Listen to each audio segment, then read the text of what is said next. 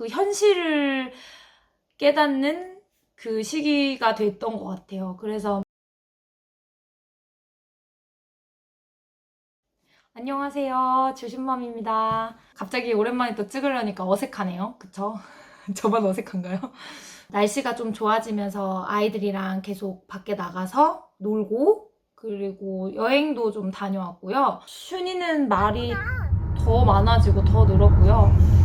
고양이 곧 지날 거야. 주도 이제 요즘에 좀 하고 싶은 말들을 하고 있어요. 여전히 걷는데 재미를 붙여서 열심히 걷고 좀 더 걷고 싶은 마음에 비해서는 조금 더 연습이 필요한 그런 상황인데요. 저희는 막 박수치고 뿌듯해하고 있는 중이에요. 네. 오늘 좀 편하게 영상을 찍으려고 했는데 주변에 많은 지인분들께서 입술에 뭐라도 좀 바르고 찍어라. 그래서 오늘은 머리도 좀 하고 머리 염색했어요. 여기 안에만 이렇게 노란색으로 하고 밖에는 까만색으로 해가지고 여행 갔는데 알아보시는 분이 있어가지고 제가 깜짝 놀랐어요. 그때 진짜 완전 세수도 안 하고 조식 먹고 있었는데 알아보시는 분이 계셔가지고 아 진짜 이 무섭구나, 이 유튜브의 세계가 무섭구나 이런 걸 느끼면서 제가 요즘에는 조금 화장을 해야겠다 이런 생각이 들어가지고 오늘 조금 준비를 하고 왔습니다. 네. 쓸데없는 TMI였고요. 네. 출산하자마자 가장 먼저 했던 일들이 몇 가지가 있는데 그 중에 가장 첫 번째가 어린이집 대기였어요. 주변에서 많이 얘기했던 게 어린이집부터 먼저 대기를 해라 이런 얘기를 들었는데 주가 다운증후군이라는 확진을 받기 전이었는데도 불구하고 예상을 했기 때문에 더 마음이 급했어요. 다운증후군 아이들 같은 경우는 상호작용이 굉장히 잘 되는 아이들이다 보니 그 또래 관계에서 배우는 게 많거든요. 그래서 꼭 어린이집을 보내고 싶었어요. 보낼 수 있는 곳이 어딘지를 확인을 하는 게 너무 필요했었거든요. 조련 나오자마자였나요? 그때쯤부터 이제 어린이집 검색을 했죠. 근데 사실 어린이집은 검색을 해도 정보가 많지 않잖아요. 아무리 좋은 곳이라도 주를 받아줄 수 있는 곳인지 아닌지 확인하는 게 제일 먼저였어요. 일반 가정 어린이집, 그다음에 민간 어린이집, 그다음에 이제 국공립 어린이집, 장애 통합 어린이집이 있어요. 그 국공립이 아니어도 있어요. 장애 전담 어린이집이 있고요. 장애 전담 어린이집은 제가 사는 동네에서는 좀 거리가 꽤 멀었어요. 일단 속어 하고 그 다음에는 장애통합반이 있는 어린이집이었는데 저희 동네는 국공립이 한 군데 있었고 그 다음에 민간이 한 군데 있었어요. 한국 나이 5세 갈 수 있는 곳이었어요. 당장 제가 복직을 한다고 했을 때 특수교사가 있는 장애 아이를 돌보는 어린이집은 제가 선택권이 없었어요. 국공립 어린이집은 일단 대기가 제가 쌍둥이를 낳았음에도 불구하고 저희 동네에는 그 세자녀도 많고 그러다 보니까 순번이 확 밀려가지고 거의 30번대 그렇게 돼서 당장은 보낼 수가 없는 상황이었고 가정어린이집, 민간어린이집이 남았는데 그냥 대기를 걸 수는 없고 저희 집 부근에 제가 그때는 운전을 못했기 때문에 걸어서 갈 수 있는 정도의 어린이집이 한 20곳 정도 됐던 것 같아요. 그 20곳의 리스트를 전화번호를 다 써놓고 이제 어린이집에 한 군데씩 전화를 하기 시작했죠. 먼저 선 오픈을 했죠. 아, 제가 쌍둥이고요. 한 아이는 다운증후군 아이예요. 그 다운증후군 아이도 보낼 수 있는 곳인가요? 이렇게 물어봤죠. 딱 두 군데에서 아이를 데리고 와보세요라는 답을 받았어요. 20군데 중에 두 군데.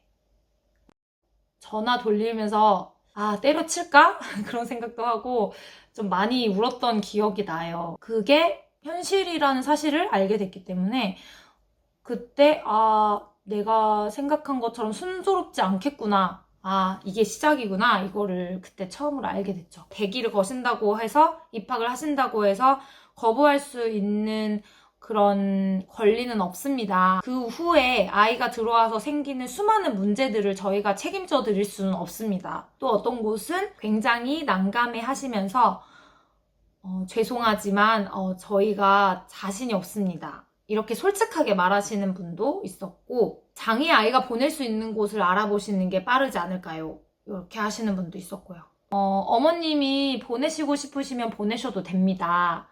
그런데 저희는 특수교사가 없고요. 주저리 저희는 이래서 저래서 그런 얘기 하시는 분들도 있었어요. 애초에 속어시키면서 걸러졌죠. 오히려 그런 어린이집은 제가 보낼 수 없는 곳이라는 걸 이제 안 거죠.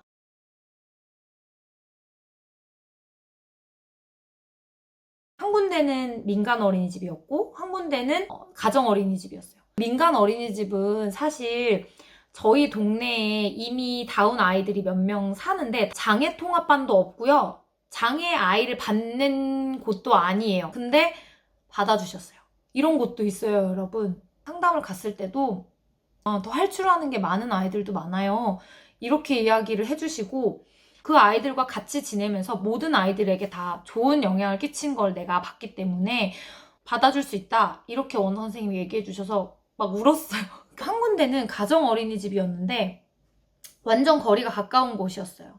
근데 그 어린이집은 장애 아이를 한 번도 받은 적이 없는 그냥 가정 어린이집이었어요.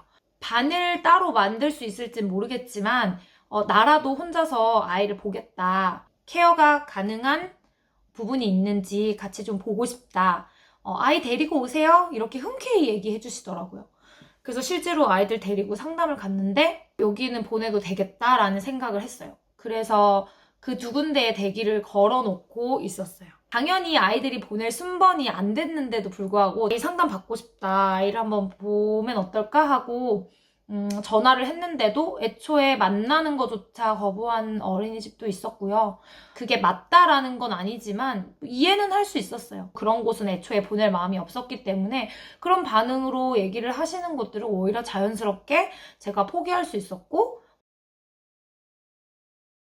사실은 좀 번외 이야기인데 제가 좀 조심스러운 부분이지만 궁금증에 의해서 전국에 있는 조금 알아주는 대기업에 소속된 어린이집에 3, 40군데 정도를 제가 전화를 다 해봤어요. 똑같이. 기준을 그냥 일반 가정 어린이집을 막 몇천 군데 넘는 곳을 다 전화할 수는 없으니까 장애 아이를 받아보신 적이 있는지 먼저 여쭤봤고 저희 아이는 다운 증후군 아이다 라고까지 이야기를 했어요. 3, 40군데 그 대기업 어린이집 중에 장애가 있는 아이들이 몇 명이나 다녔을 것 같으세요? 그래도 2명이 있었는데 애초에 태어나서부터 선천적으로 장애를 가진 아이를 받은 곳은 단 한 군데도 없었고요. 그 2군데도 다 다니는 와중에 친구들과의 이런 교류라든지 상호작용이 조금 어려웠던 친구들, 그런 친구들한테 오히려 병원을 권하기도 했던 그런 어린이집은 있었어요. 2 아이 다 다니다가 중도에 아이들을 다 더 잘 케어해줄 수 있는 어린이집으로 다 옮겼다라고 이야기를 들었어요. 직장을 다니고 있었고 지금도 여전히 나는 워킹맘으로 살 수 있다라는 그런 가능성이 있기 때문에 그 현실을 좀 알고 싶었던 것 같아요. 나중에는 이제 다 솔직하게 좀 이야기를 하긴 했어요. 사실은 제가 좀 궁금해서 전화를 했다고 제가 여기 보낼 상황은 아니고 아이를 받으신 적이 있다고 하면 뭔가 보낼 수 있는 그런 힌트들을 얻을 수 있을 것 같았다라고 이야기를 했는데 되게 마음 아파해 주신 원장님들이 많았어요. 네. 제가 했던 방법은 한 군데는 계속 꼭 가고 싶은 곳을 미리 애초에 선점을 한다는 개념으로 대기를 했고 그리고 나머지 2군데는 당장 내가 보낼 수 있는 곳으로 선택을 해서 아까 말한 민간 어린이집 한 군데랑 가정 어린이집 한 군데에서 2군데 그리고 국공립 어린이집 해서 이렇게 3군데 대기를 걸었어요. 옷에는 장애통합반이 있지만 여러분들도 아실지 모르겠지만 굉장히 부족해요, 수가. 보낼 수 있는 곳은 굉장히 제한적이고 한정적이거든요.